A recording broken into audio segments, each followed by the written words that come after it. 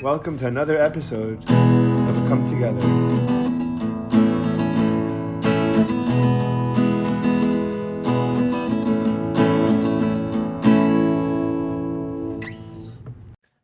And we're live. Dan Fitzpatrick, thanks so much for coming on. I really appreciate it.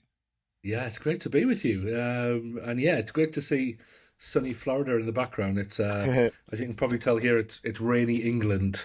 Yes, So it's nice to partake in the sunshine virtually. yes. It's, what do you call it? This time of year, it's already been cold, huh? For a couple of weeks now.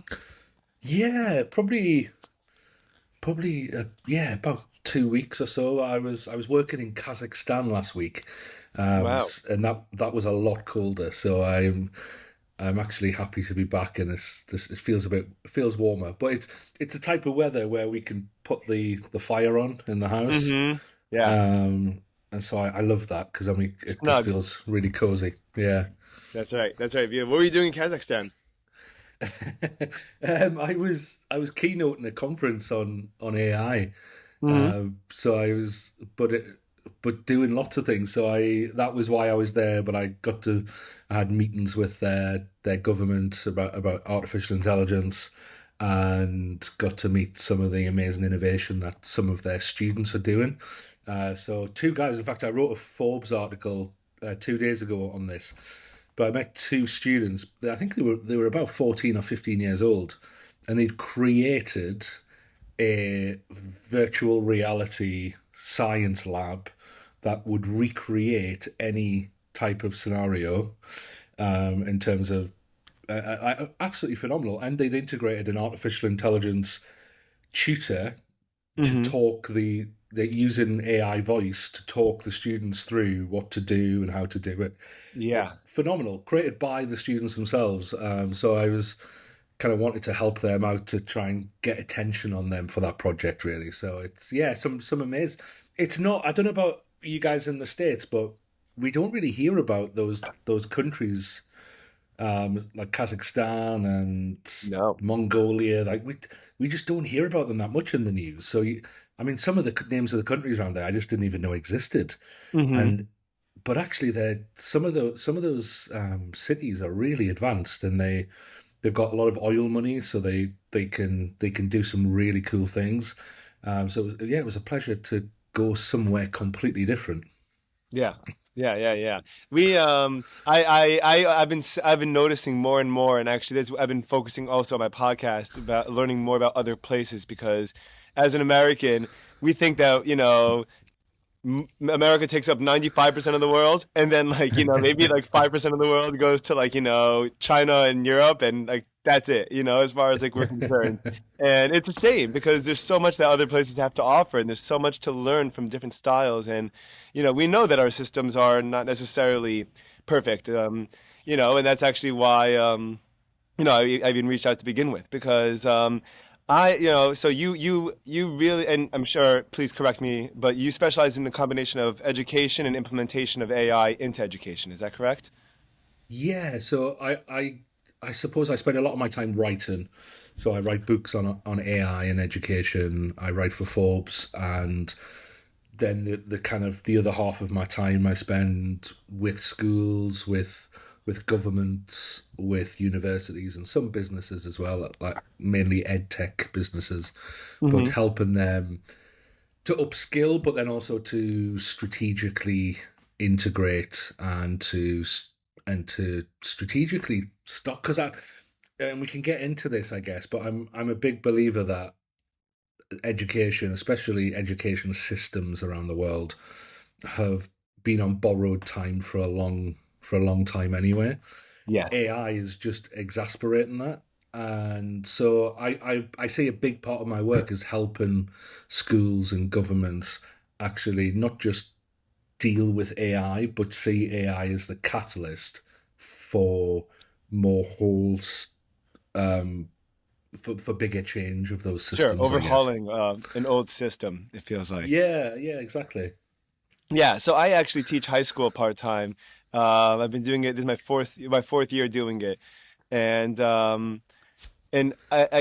one of the reasons why I wanted to start teaching to begin with was because I know that there's a lot of not great teachers out there, and I know that at least in the States, the incentive structure and the social incentive structure, financial and social, do not really lend themselves to encouraging great, charismatic, or fun teachers. You know, a lot of times, Yeah, and even and we could talk about this, the actual setting of the classroom. You know, to have lines of desks and have 14, yeah, 13 to 18-year-olds sit for 7 hours and be told that they're bad or wrong or stupid if they if they can't do that for that period of time, and that, I didn't even know that they're necessarily supposed to, yeah, and so I wanted to be able to kind of be able to help, and if I could have, if I could have a positive impact on even, 15 students at a time, 20 students at a time, then I know it goes a long way, even for my own life, having hopefully, having had some good teachers in the past, you know. yeah, yeah. It's interesting because I sometimes think we've engineered a system that, and actually there's some parallels here with the AI really. So we've engineered a system that to try and be as efficient as possible, and I think one of the first rules of efficiency is control. How do you control the situation? So the first thing we do, and I'm not sure about you, Ephraim, but when I was trained to be a teacher, because I was a high school teacher too, the first thing they teach you is how to control the class, how to, and it makes sense because you've got 30 teenagers in front of you. If you can't control them, then you can't do anything with them. Mhm. But I think there's some kind of weird paradox there where actually we're saying that, well, in order to do schooling, first of all, we must take control of the students, and I think there's an inherent fault with that. And I think it's a symptom of a system that is mass produced. Yes. So I'm I'm quite generous saying 30 students in a class. In the UK, sometimes we can have 35, 40 students in a class, For one because of, teacher? yeah, because of teacher shortages. Yeah, absolutely. And so of course you need to control, but as soon as you start controlling, you kind of squash curiosity, you Hmm. squash student-led learning, and then you follow things through, and you go, right, well, what's the most efficient way to get through that hour? You put the tables in rows, you have the teacher stood at the front, and I feel like we've just really, really made a system that is efficient at getting to success, but success defined by the system, which I Yes. don't think is necessarily what true success should be. So, yeah, it kind of makes sense in a way how we've done it, but I just think the system isn't entirely relevant now. Yeah. Um, and yeah, I think we're going to have to do something new, and there's going to have to be a lot more options and variety, which I think we're starting to see as well. We're starting to see these new experimental schools pop up in Sure. places. On in the UK, the fastest growing school at the moment is an online school. Hmm. I know in the States you guys have had online schools for a while now, but they're quite new here in the UK. So I'm optimistic, but I do fear for the system sometimes, and that it's not going to be able to cope with the democratization of so much ability that AI brings to us and our students. Yeah. Yeah. That's a great way of putting it. One of the things that that I personally observed, I think, or that, anecdotally at least, is that my students, and students in general, are kind of taught to be cogs and to understand that they have like a place and a part, and like almost like to be a cookie cutter, and creativity and like your own taking your own way of doing things is not encouraged. And not only, and again, for the reasons that we talked about, you have 30 students, it's very hard to let for one teacher to pay different attention in an hour to 30 different students, right? And that's kind of what the Yeah, issue, what one of the issues stems from. But I think that in the world that, and perhaps you can clarify your thoughts on some of this too, but I think in the world of AI in the future, I think that generalized knowledge, and to have a lot of knowledge, a little bit of knowledge in a lot of different areas, and then to learn how to use AI like a companion to help you dive deeper into whatever direction or whatever rabbit hole you want to go down or whatever skill you want to learn to advance, um, would be a far more effective system for someone growing up in the world today, because a lot of jobs that we're training people for now are going to be irrelevant. I mean, we're teaching people how to work in factories still when we have everything is being robotic, or you're teaching, people how to be doctors when AI, does X amount, diagnoses X amount more successfully than, human doctors do.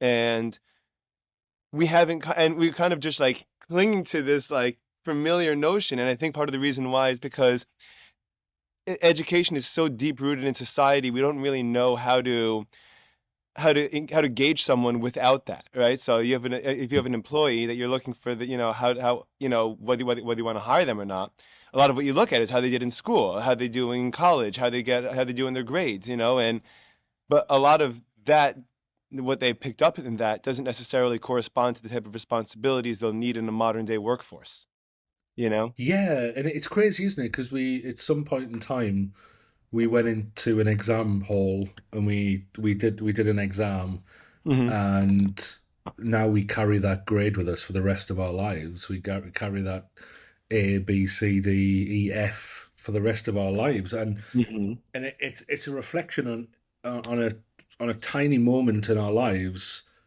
where we could have had a bad night the night before. We could have just been having a really crap year. Hmm. We could have, and then all of a sudden that labels us for the rest of our lives. And I think it's just not a.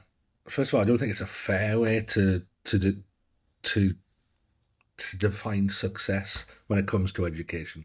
And I think touching on some of what you just said as well, like kind of what do we learn? What should we learn in education? And I think the way education I feel like has been created over the last few hundred years is that we want to give everyone the knowledge of the world. So it's like, right, let's teach them everything there is to know about geography, everything there is to know about history, everything about biology, up to a certain degree, up to a certain level. But I kind of think we keep adding to that. So, like in the UK, about 10 years ago, or a bit longer, actually, 15 years ago, kind of a whole third was added onto the curriculum.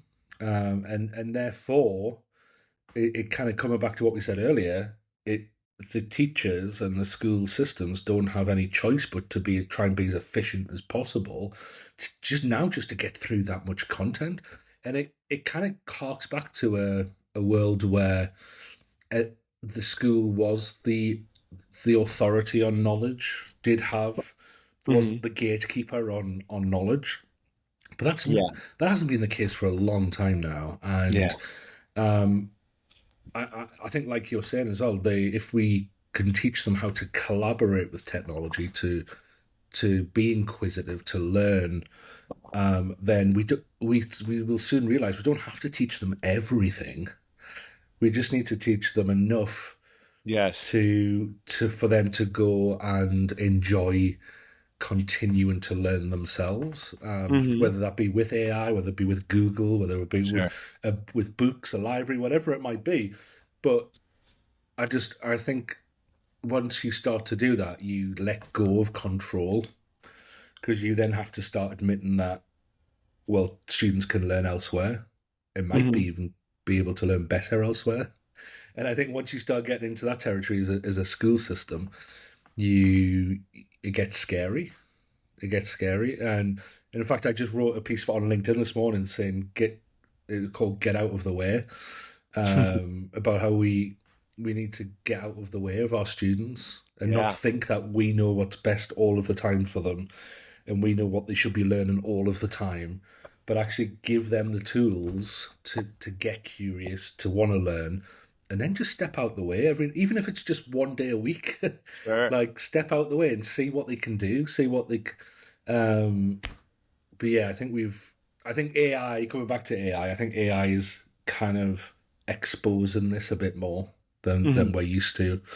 And I think that's the situation we're in at the moment, where now schools are starting to think, well, and universities as well, I guess, how do we lock this down and not let AI ruin what we've got, the systems we've got, where I think we should be thinking the other way around, like how can we use this as an opportunity to prepare our students for this world You with think it's AI? just a generational thing? You think it's just like sometimes you have to just kind of let the course of like old school teachers kind of, recycle, and then you have the younger generation that's more because, at a certain point, that's kind of what it has to be. And, and I think that Yeah. if institutions hang on too long, then people reject it and go somewhere else. For example, I was like, even with the podcast space, right? Like there were gatekeepers of information for decades that there was systematic distrust almost on like a universal level. I'd say in the last half a decade or so, since around 2019 2020ish. and Mm. um and you can either kind of fight the fact that that hey, people are learning a lot or getting a lot of news and information and new understandings and perspectives from podcasts, or you can kind of just try to be a gatekeeper and try to hold people back. But I think at a certain point, it's going to happen one way or another. And Yeah. so the question just kind of becomes like, are you going to be willing to embrace that? Or are you just going to hang on until until you can't anymore? You know? Yeah, yeah. You reminded me of there's a Planck's quote where he said, "Science advances one funeral at a time," and his whole point is you don't get changes to science until the gatekeepers actually Yeah, actually have to die go. off. Yeah, I don't know. I just think I think I even see this attitude from students sometimes that because it's the only system we know, Mm-hmm. then of course, like I think of sometimes I think, of course, AI is bad for the system. Of course, it is. It's going to make you. Oh, if you want to use it this way, it's going to help you cheat. It's going to help you do some things that are dishonest. It's going to help you, like it's bad for the current system. It really is. And if all you know is the current system, then of course you're going to want to hold it at arm's length. You might want to ban it. You might want to say Yeah, this is bad for me. Of course it is, but I think we need to take a step back further than that and go right. I Well, agree. what actually is? Could we do the system better here? Could we change what we do and make it a bit better so that actually AI is a part of that and we can Yeah, collaborate with it? And but I think it's about it's about true innovation. I think, and something that I don't think education's gone through not in a very long time. ever. Yeah, Yeah, yeah, yeah. yeah. I think that you hit the nail on the head earlier with also the notion of learning how to learn. And, Mhm. anecdotally again, I'm Orthodox Jew, and I went to seminary after high school to learn, to spend some time learning about Judaism, and it's very common, for Orthodox Jews to spend some time in a seminary at some point in their lives and just learn some foundational text and stuff. And one thing that I realized was I'm likely going to go. I'm going to college. I'm going to a college campus somewhere, and I'm going to there's certain students whose philosophy when it came to this was I want to learn enough to be able to protect me, so I can maintain my values while I'm in another world, right? Um, the world that doesn't necessarily value the same things that I do, but I want to be able to be strong enough, and so I'm going to learn the foundation, And I realized when I was there, I was about 18, 19 years old, that there's no 18, 19 years old, there's no way I'm going to learn enough to carry me through the rest of my life. And I realized that the value was learning how to continue learning and where to look to keep on learning. And so Yeah. to not look at this point in my life like I'm accumulating X amount of knowledge that's all I'm going to have forever. And I'm going to draw on this whenever the scenario comes up. Rather, I'm learning to learn how to think, and so I could keep on building my skills. And I think that teachers are used to being the people that tell you what as opposed to helping you figure out how to think and how to learn. And so AI is helping us. Hey, you want to I think the much more important tool to use would be how do I prompt AI properly? How do I find out whether AI is telling me the truth? How do I find sourcing for the information that it's presenting to me so I could find out whether it's real or not? And then I could kind of build my own knowledge in whatever I want to dive into. And if someone is interested in engineering, for example, or history, it's really important to be able, I think to be able to use AI as a companion tool could help you learn to learn forever, and you never stop. And the amount that the amount that you could create and the amount that you can, accomplish. I mean, with my podcast, for example, I started integrating AI to help me find guests. I want to talk to people about AI ethics and education. Give me 10 contacts with people that X, Y, and Z in the industry and with their email addresses, please. That's how I found you, right? And Right, what took right. me for the first 6 months of my podcast, 20 hours a week, takes me 5 now. And the Yeah. other 15 hours, I'm so much more productive because I'm dedicating it to things that I can do, that only I can do. The AI is doing what AI needs to do, and I'm doing what I need to do by having these conversations. Yeah, it's.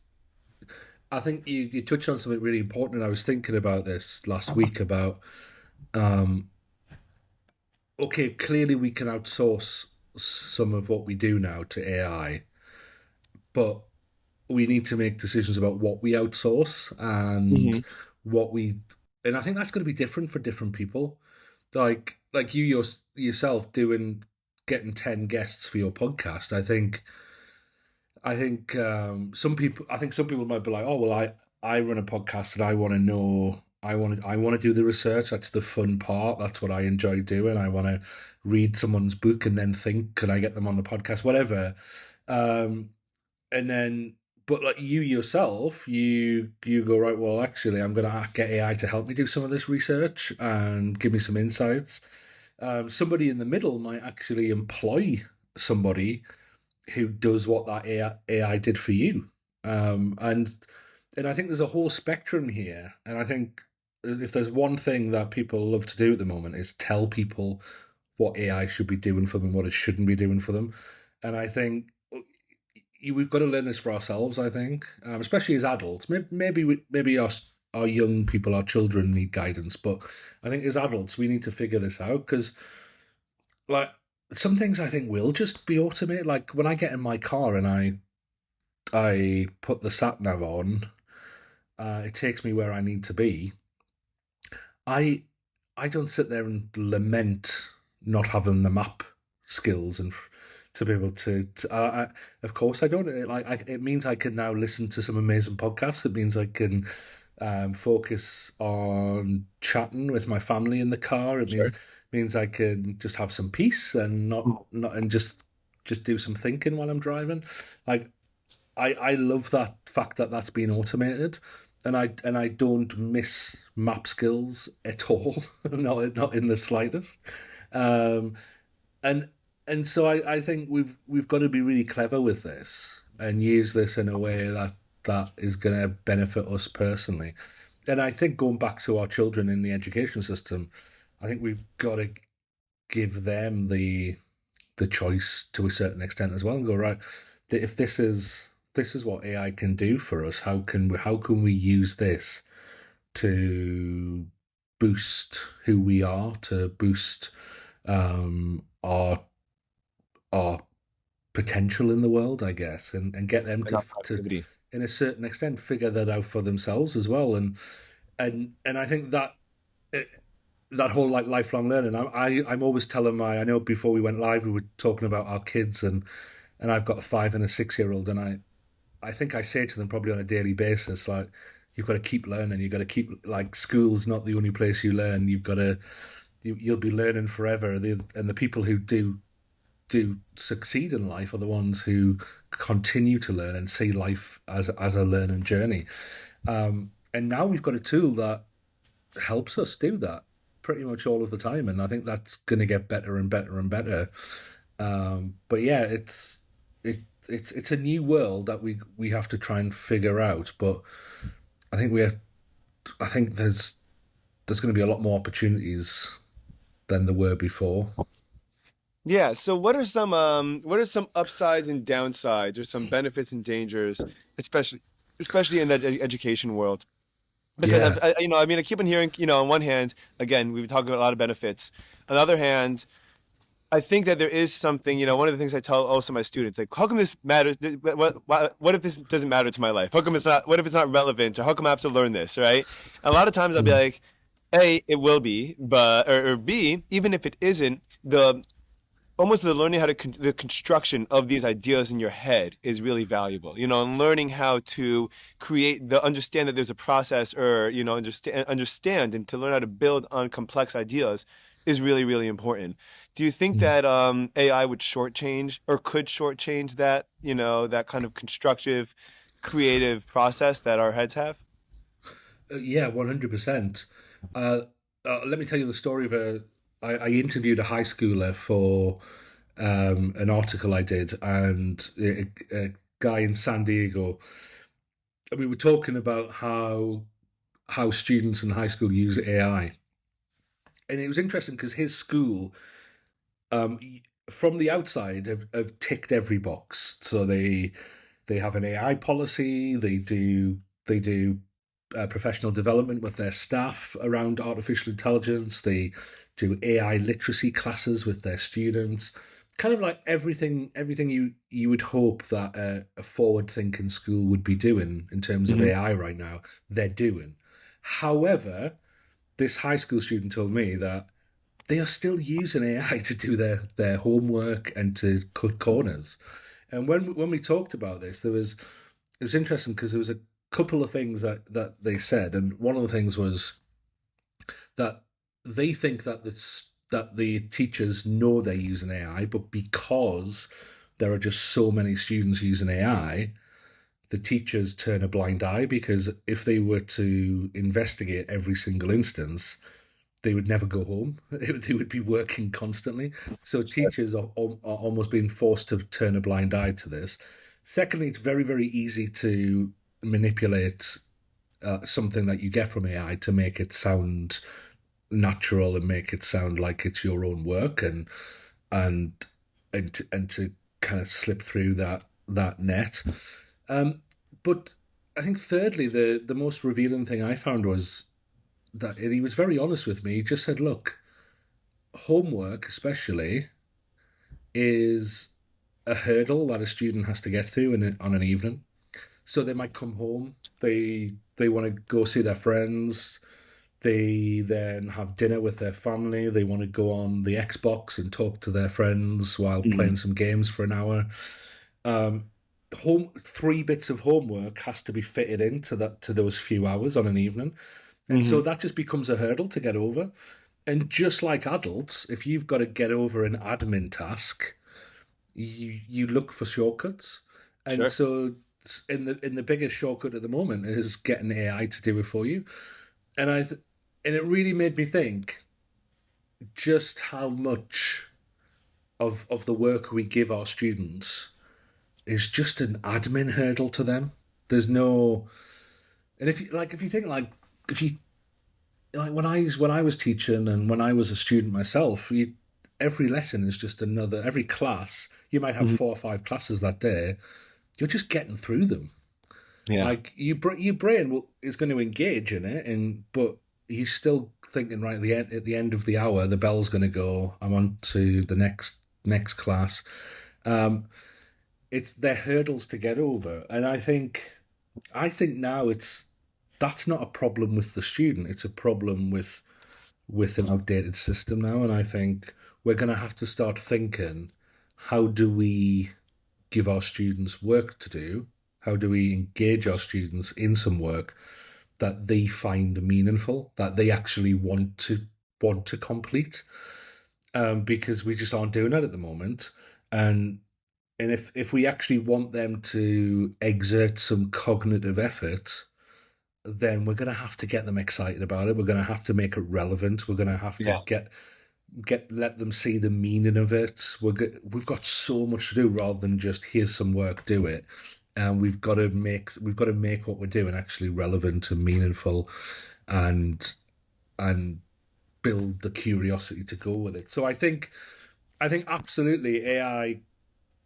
Kind of going back to the start really of the conversation, I think AI can be a negative, but I think that's not the fault of the student. I think we have to start being a bit more creative with the kind of work we do with them, I think. Yeah, yeah, yeah, yeah. I think you're right. I think if students look at the problem is, and, actually, I had this. I teach because I want to, right? I teach because I think it's important, Mm. it's fun, And so I would go for years, right? The first 2.5 years that I was teaching, I'd go in and I'd put a lot of effort, and especially, I do the podcast and I have a sales job and I got a family and I have a lot, I'm always running around, and I always try to put time into making sure that if the students do not respond, I typically take the blame and say, it's guys, I know that you guys, yeah, it's a long day. Um, I'm obviously not presenting this in a way that's speaking to you guys, and it's because I could have done more effort. I could have put more effort into this. I'm sorry. If you guys could please work with me just for the rest of the day today, I promise that tomorrow's class is going to be a lot more engaging. And but one thing I realized was, and it was such a crazy realization. It took me so long to realize was I'm there because I want to be. No one there is there because they want to be. They're all there because they Yeah. have to. And I Yeah. was, and so, at a certain point, I was able to actually build up a certain amount of trust with my students, where I said, "Listen, I think autonomy is really important in your life and your schedule. I think that you feel like you have control over the way that you spend at least some of your time is really important." I was like, I will give, if you guys come to me at the beginning of the week and tell me, hey, I don't want to come to class this week, but can you give me assignments to do on my own time, that I will be responsible about. I was like, I have to get to know you guys and you have to show me that it's worth it. But if that's the case, you don't have to come in and sit behind a desk for 45 minutes and you could do what you want with that time as long as you get me the work by X, Y, and Z time or date. You know, and Yeah. and to my surprise, all 20 students decided to come back every single day, almost. And, every now and then, one or two students would come to me and say, hey, today I need a break today. Can you give me some makeup work to do? But I think once they realized and they felt like this isn't something we have to do. This is something that we could do if we like it. Everything kind of changed overnight, and it was really, really cool. Yeah. So are you proponents of homework? Now that we're talking about, that, or you think that Um, projects are probably better, or like longer term creative engaging assignments is probably better, or depends for the class, or what do you think? yeah.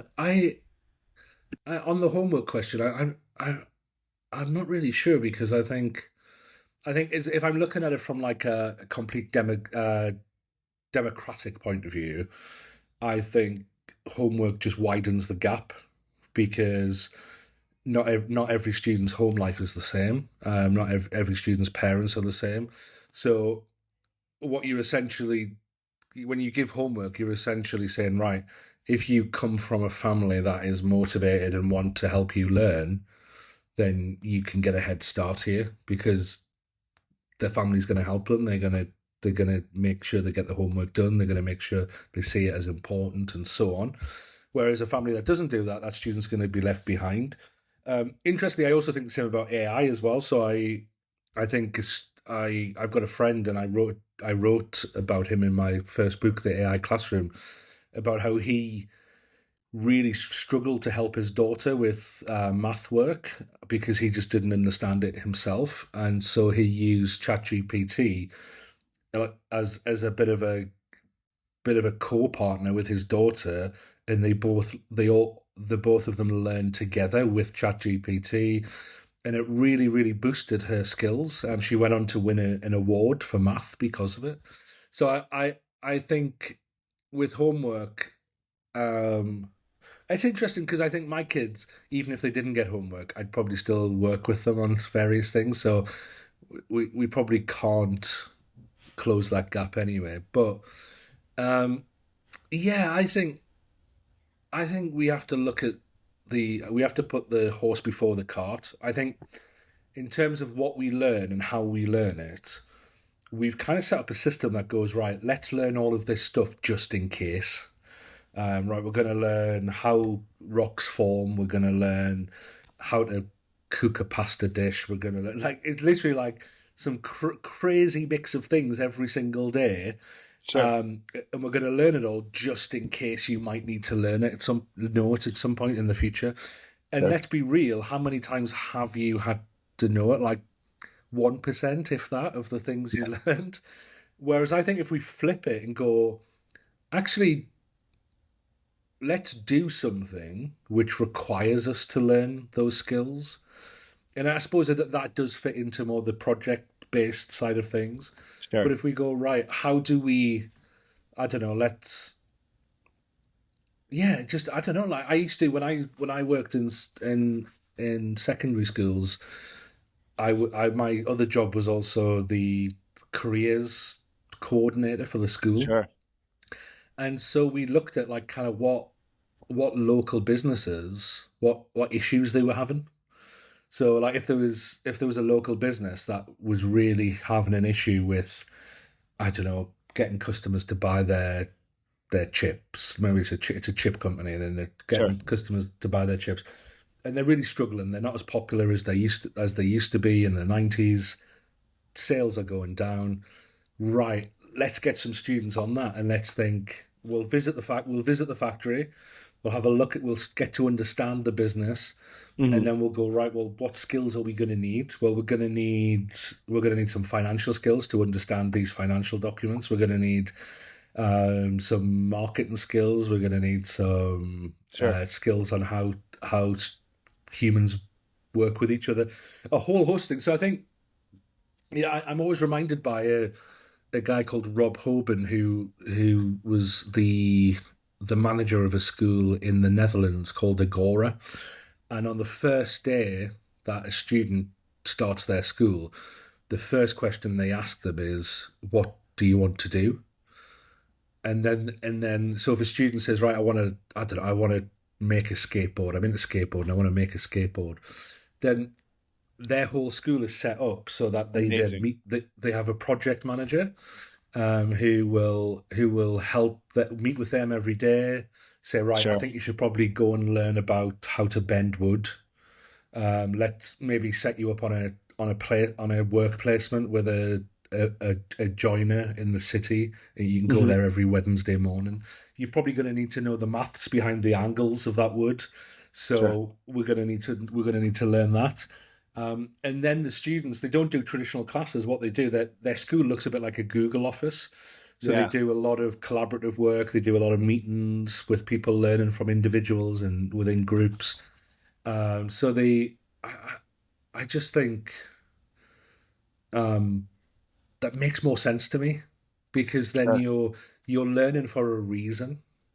So if And we I have the don't learn the tools for the first maths, time available to even do this. Until now, it was kind of like a hopelessly romantic thought that, hey, I would love to, a teacher would love to tell every student, what do you want to learn, and teach them individually. But a teacher would always respond, I don't have the time or the hmm, knowledge set even necessarily or whatever, yeah, the resources. AI is the resources. Now all the teacher has to do is just collaborate with the student, check in on them, make sure that they're, heading down the right path, making sure they're being responsible with their time.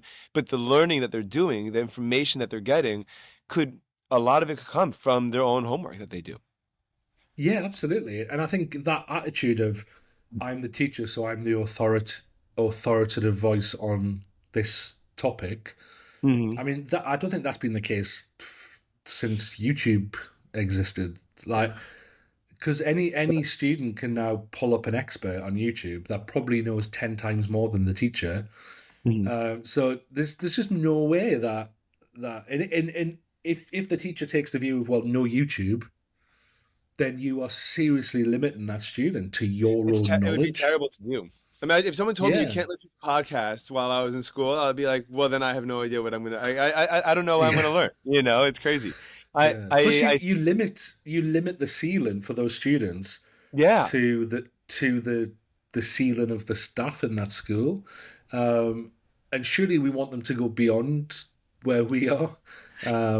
Yeah, You hope, you hope. I did one of my to go with that theme, and one of my most successful projects to date has been a film project where my students will, so for example, we did a Western song, Grateful Dead song, because I'm a big fan of that type of that era of music, and right. it was an old Western about a couple of cowboys. We learned a little bit about cowboy culture, and then I said, okay, now you guys are going to break into groups of five. You're going to write a 5-page movie script, and then you guys are going to film the movie and edit it, and then we're gonna have a pizza party and watch everyone's 5 minute, 5 to 7 minute movies together, and that general, and from that, like English class, as far as I'm concerned, everyone has different skills that they're better at. Some are better at orally communicating, some are better at writing, some are better at being behind the camera and being behind the scenes, but are very detail oriented.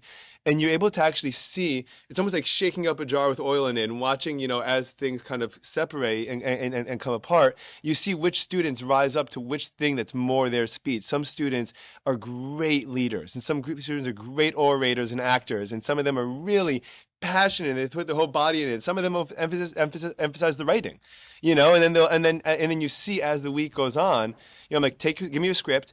You're going to work on this because as you're speaking, you're going to realize that people don't talk like, you know, the way that you're used to writing, you know, the Mm. way that you, how are you today? No one talks like that. Hey, how's it going? Is what you write, you know? Yeah. And so, and so make these adjustments and you could really, really see that like, and so it's a learning experience for everyone, but everyone kind of gravitates towards what they're good at naturally. And that's when I try to encourage them.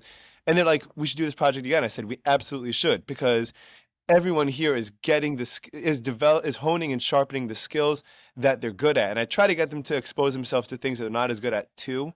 You know, if someone's less comfortable reading a script, hey, why don't you try getting just in one scene? You know, why don't you get a couple of lines in a scene and see if you can, you know, try to get your feet wet with that. But I think that I think that that goes with what you're saying, that the whole notion of let's let students decide what they're passionate and what they, and everyone kind of has a feeling inside, an intuition and a gut feeling as to what speaks to them more.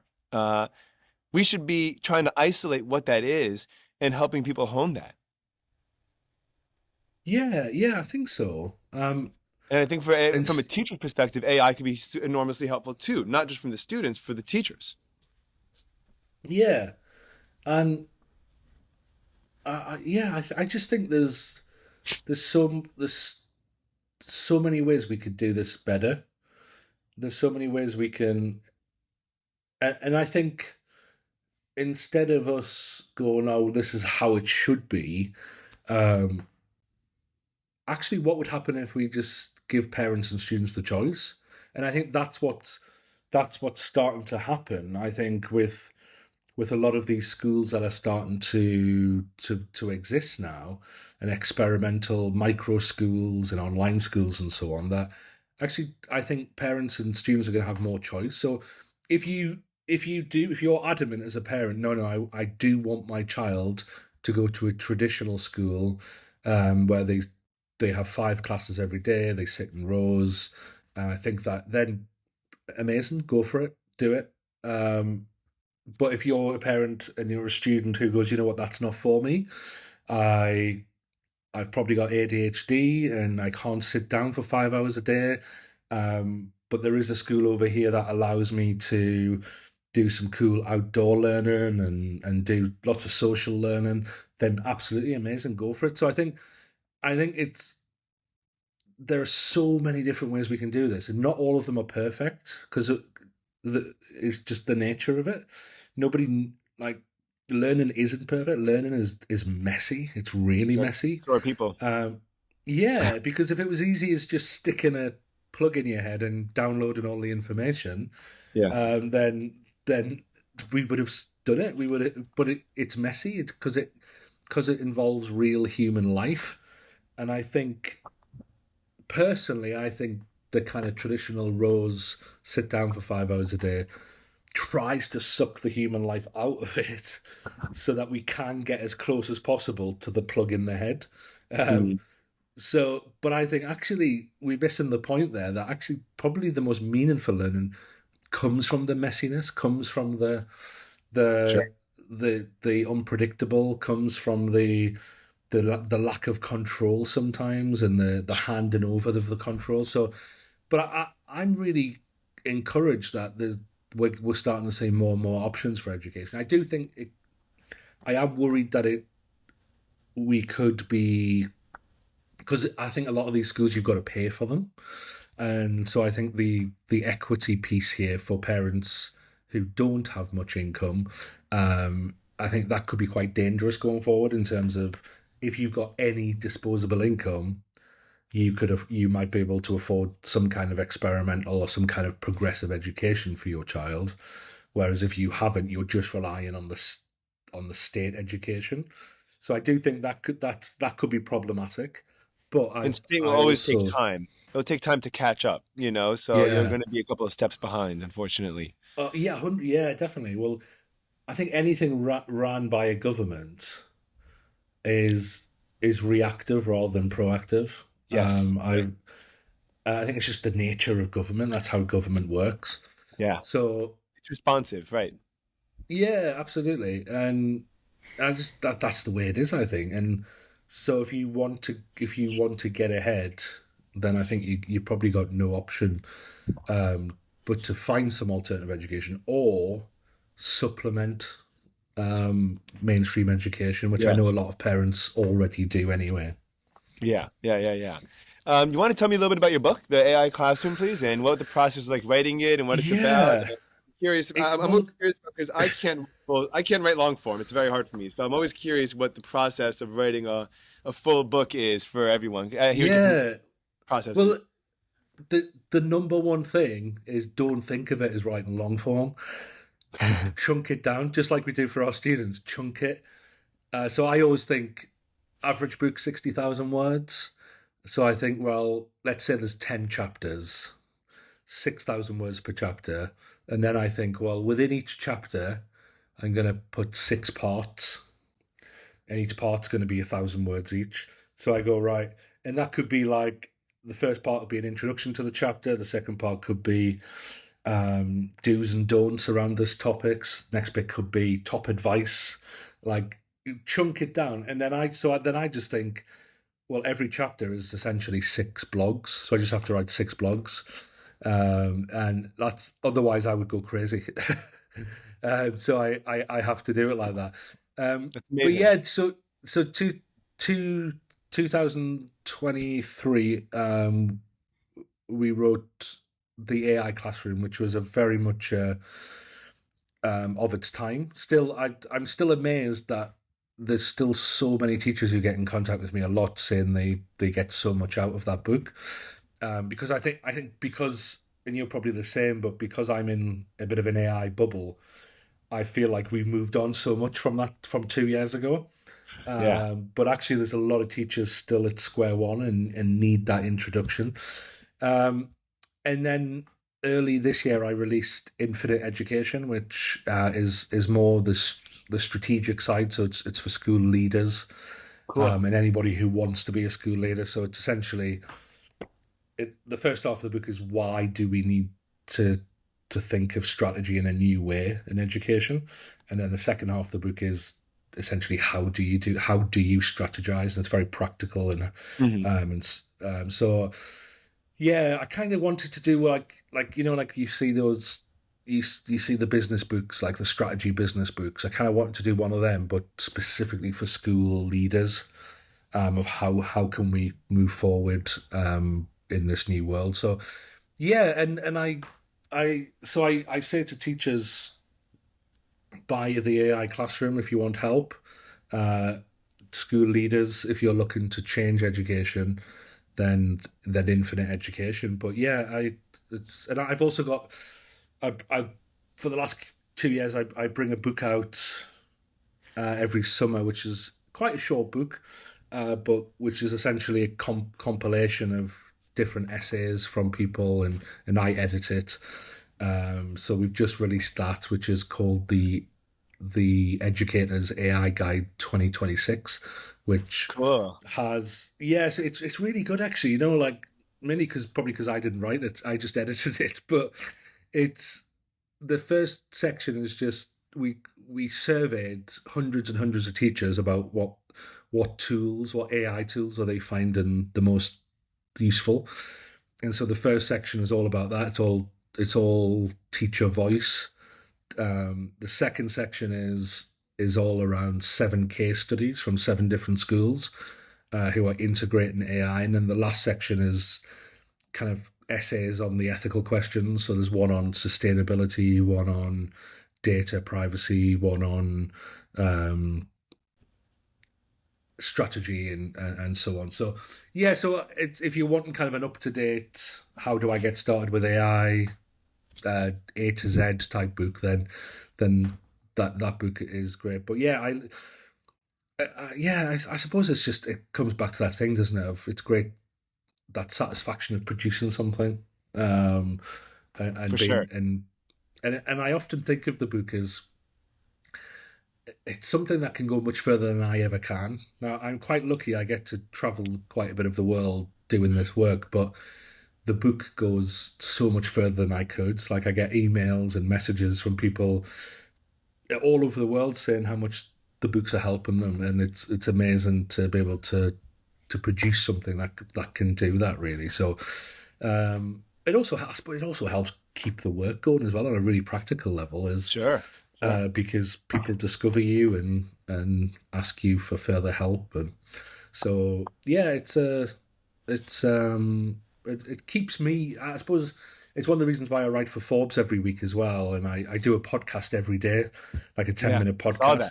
Awesome. Oh, thank you. And the whole point of it is to keep me on my toes, because, Yeah. like, as you'll know, like this field is moving so fast. So I almost need to back myself into a corner to force myself to stay up to date On with it. top of it. Sure. Sure. Yeah, so I've now got mechanisms where I, like the podcast, like articles, where I've got no choice but to research constantly, Yeah. which it works at the moment. I haven't had a nervous breakdown just yet, That's good. but yeah, if it goes any faster, maybe, but hopefully it stays at this speed. Also, this kind of stuff that you're doing, I believe at least, that the writing and the podcasting, all this is our muscles in our heads that we have to keep growing and keep them strong. Just the same way you have to be physically healthy, writing all the time, talking all the time, expressing ideas and being clear all the time, and Mm. elaborating and making sure that you're understood. These are all muscles that need to be worked on all the time. And that's one of the things I also tell my Yeah. students is like English is so important because it's relevant to anything that you do. Like you want to be a Mm. lawyer, you want to be a businessman, you want to be a doctor, you want to be a husband, you want to be a dad, you want to be a good brother, a good friend. Learn how to express yourself, because miscommunication Mm. is probably 95% of everyone's issues. And Yeah, it's I crazy. think you're so right there. And even just for the idea process, like if you're having to think about something meaningfully every single day and produce a bit of content every single day, now 9 out of 10 of them might be just average. In fact, they will be average, but 1 out of 10 of them might be a LinkedIn post or a blog or a podcast that goes a bit viral. Maybe 1 out of 50, maybe 1 out of 100. But the more you do in it, that you're increasing the frequency of that one that does really well, and Sure. therefore you learn actually that's that's the type of thing I should maybe be looking at and exploring more. And if you're into business, because if everybody needs money, like that's how we survive. So if you want to monetize what you're doing, then it really helps, because you get to think, well, actually, that's the kind of content people resonate with. So maybe I'll focus on that a bit more, and or that's the type of content that feels more authentic to myself. So maybe I should focus on that more. So it's, yeah. But if you just did one bit of content every month, you wouldn't it would Much take harder. you decades to get there, whereas somebody who's doing it every day would get there in just a year or so. So I do think, whether it's for business, whether it's just to have a presence on social media, whether you want to write a book, you've got to be putting stuff out there constantly, and it's the real feedback you get from other human beings that helps you craft and helps you. I used to, before I was a teacher, I did stand-up comedy for a couple of years, No and way. yeah, I and I love loved that. it. Yeah, I loved it, but I started training to be a teacher, and it started to clash. So I give it up in the end. But I one of the things that people used to say in the stand-up comedy circuit is that you only practice when you're on stage. So, because you can't practice stand-up comedy in front of a mirror, like you like you could have the funniest joke in the world, but you don't know. You could have the worst joke in the world, but you don't know. You've literally got to be in front of people to practice. And when you start doing stand-up comedy, you get 5 minute slots. Yeah. So if you're doing 5 minutes once a week, you're going to learn at a much slower pace than somebody who's doing 5 minutes every night. Yeah. Even 3 days a So week. yeah. So the whole idea when you're starting out stand-up comedy is you want to be on stage as much as possible. Like, Yeah. so people move to a busy city, move to New York, where you're from. Because there's so many comedy clubs, it means they can get more and more stage time, and therefore they can learn faster and get more successful faster. And I think that lesson applies to everything, Hmm. and very much applies professionally as well, in how we come up with our ideas, how we keep ourselves fresh, how we learn from our surroundings. So yeah, it's. But the great thing is with social media, you can do this. You You just have can't. to get you just have to get rid of the inhibition, that feeling that says if I post this, will I look silly? Like A little get bit of rid of alcohol never that. hurts. It never Yeah, hurts. yeah, You know, a pint yeah, again. I yeah. needed my first open mic. I needed a pint of Guinness just to ask the guy to sign me Oh up, and really? a shot just before I went on stage. You know, I was like, Oh, so my, you, my have yeah, I play guitar a you little did bit. I do stand up small too? play. Yeah, I do that's guitar. The truth, I wanted to start writing stand up because I think it's fun. I think it's really clever, and it requires real sophistication and wit and intelligence. But yeah. But I also, have, but yeah. I think also it's just craft. It's like because they say if you It's an write the art. first It ever really is time, art. yeah, but the first time you ever get up, you might write, I don't know, let's say 10 jokes within 5 minutes. Maybe one of those jokes work, and so the next time you go up, you write 9 new jokes and keep that Hmm. joke in, Sure. and then maybe one more works, and then if you do that 10 times, and on average you're getting a new joke work, which is You quite get a high rate 10 to be jokes, fair. 10 minutes of jokes. Within 10 goes in 10 open mic nights, you've got a 5 minute routine, and that's Yeah. like within a year you could have a full half hour, you could have a full hour, and that's how comedy works. You it's a craft, and you've just got to see what sticks, what doesn't stick. But I think imagine if we took that and allowed our students to work like that. Yeah. Like if we give them some, if we let's say a project bit of work, and we went, you know what, like amazing piece of work, but only about 5% of it is good.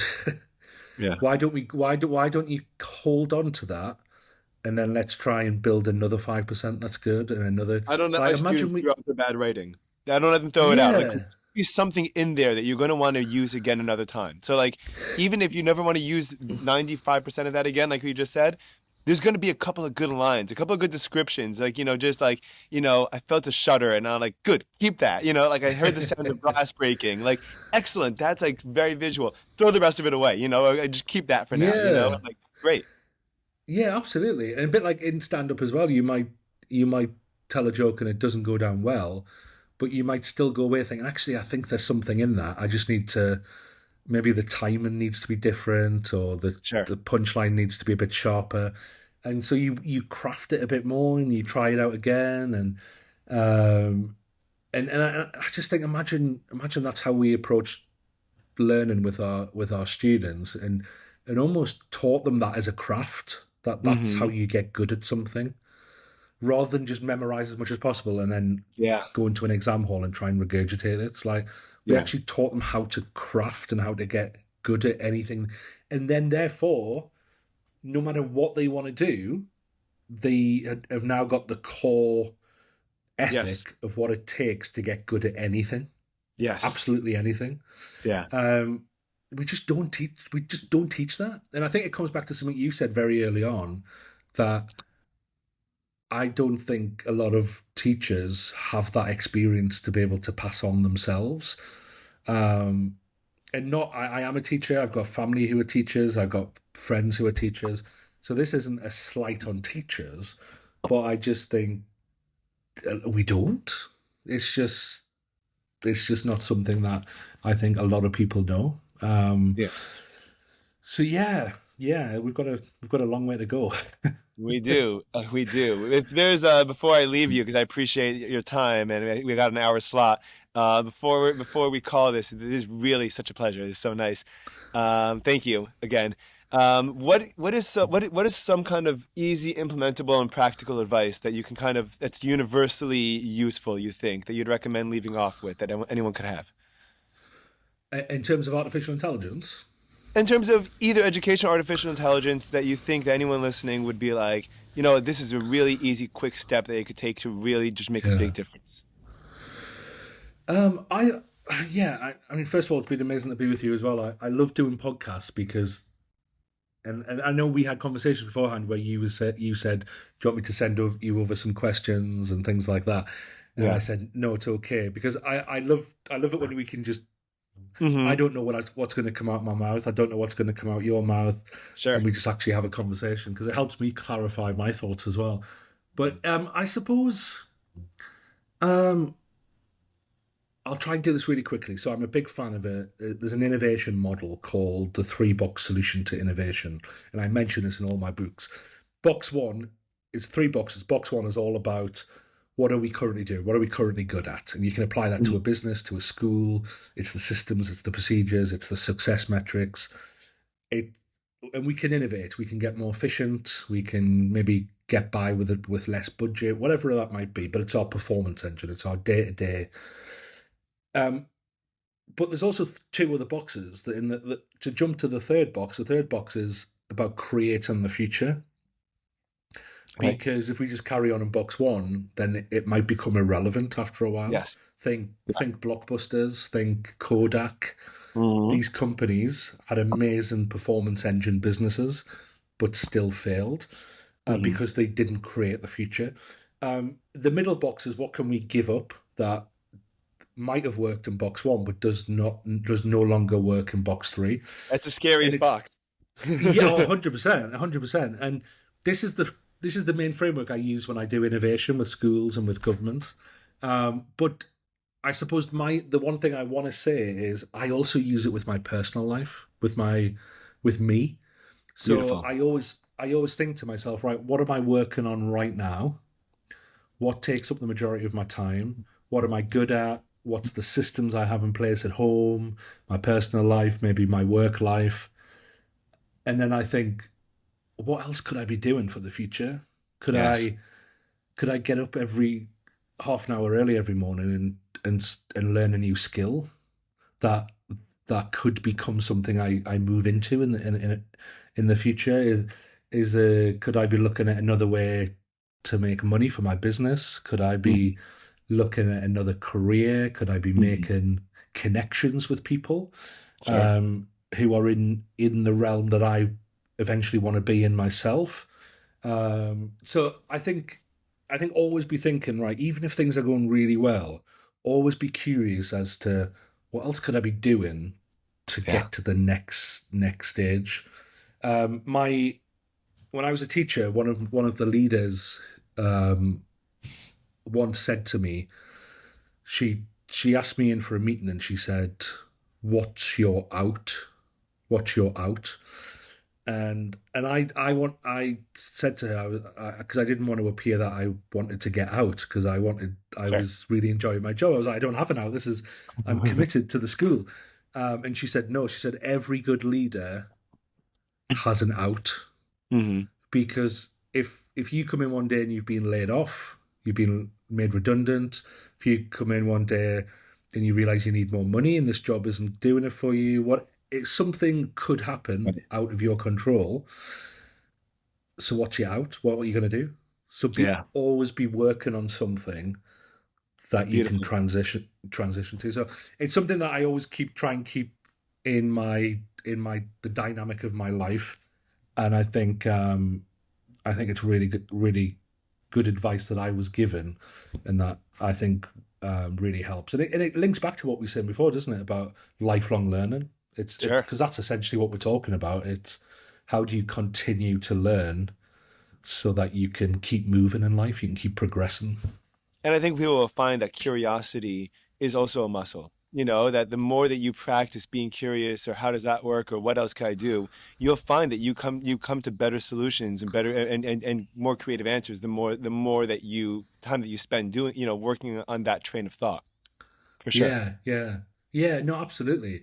And I find the thing that ignites curiosity the most is when I hang around with people who are are kind of doing better than I am, Yes. and that Yes. really makes me think, like, how, because I'm always surprised by just how normal everybody is. Doesn't matter if you're like an Uber A-list celebrity, a billionaire. When Hmm. you get into a room with somebody, everyone's just a normal person who there's not much difference between us. And that always really fascinates me because then I think what it does for me, first of all, is I start to think, well, if they can do that, surely I can do it because they're not very different to me. And then Sure. that makes me really curious to start thinking, well, how do they do it?